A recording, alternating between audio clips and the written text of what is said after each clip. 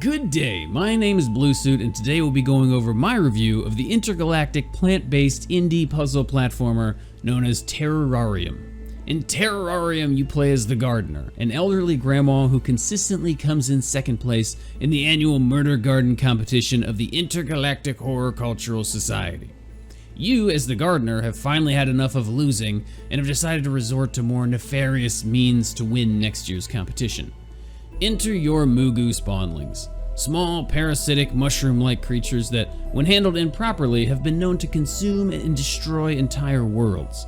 The story itself is mediocre at best in terms of substance, and substandard when it comes to delivery. Every half dozen levels or so, you're given another cutscene to watch.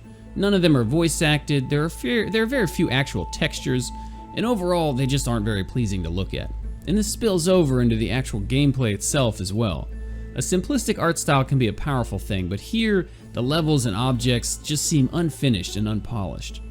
The biggest problem with the story is that it has nothing at all to do with the gameplay. In the story, you're a gardener, but in the game, you're this mushroom commander destroying more plants than you're growing. And the actual gameplay itself is just as flawed. The idea is that you only have a certain number of mushroom followers, or Mugu. You have to manage their numbers to solve puzzles as you make your way to the center of the level to collect the fruit. If you manage them correctly, you'll have enough Mugus left over to collect the fruit and move on to the next level. It's a simple enough idea. What makes it fun are all the game's obstacles, from killer plants to traps and hazards. There are a lot of things that you need to watch out for and keep in your mind as you make your way through these stages. However, there are a few frustrating things that ruin the gameplay. First of all, there are still a lot of bugs in the game. I ran into some form of bug or glitch or design error in every single level in my time with the game.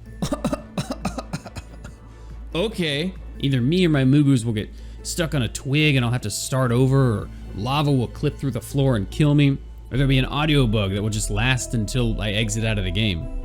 Is it coming from the game? How long has that sound been happening? These things would have been acceptable last week when the game was still in early access, but it's much harder to look past them now that this is a full release title. The second major issue I have is with how the levels are actually designed. It's common practice to try to kill the player while he or she is fighting with the camera.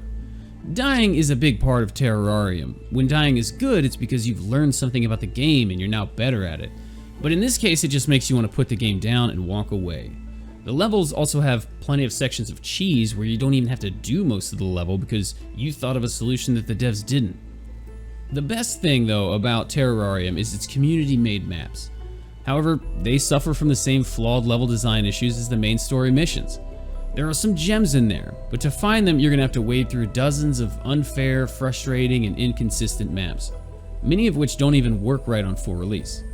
It's a lot of fun actually making these punishing maps, but playing other people's really isn't. The last issue that I'd like to bring up with Terrorarium is how short the game is. Right now there are 26 levels, which will probably take you about 4 or 5 hours to complete. From then on, you can tackle the top-rated community puzzles and maybe make a few levels yourself, but most players are going to be burnt out long before they get that far. Right now, you can pick up Terrorarium on Steam for $25, but its actual value doesn't really come close to that.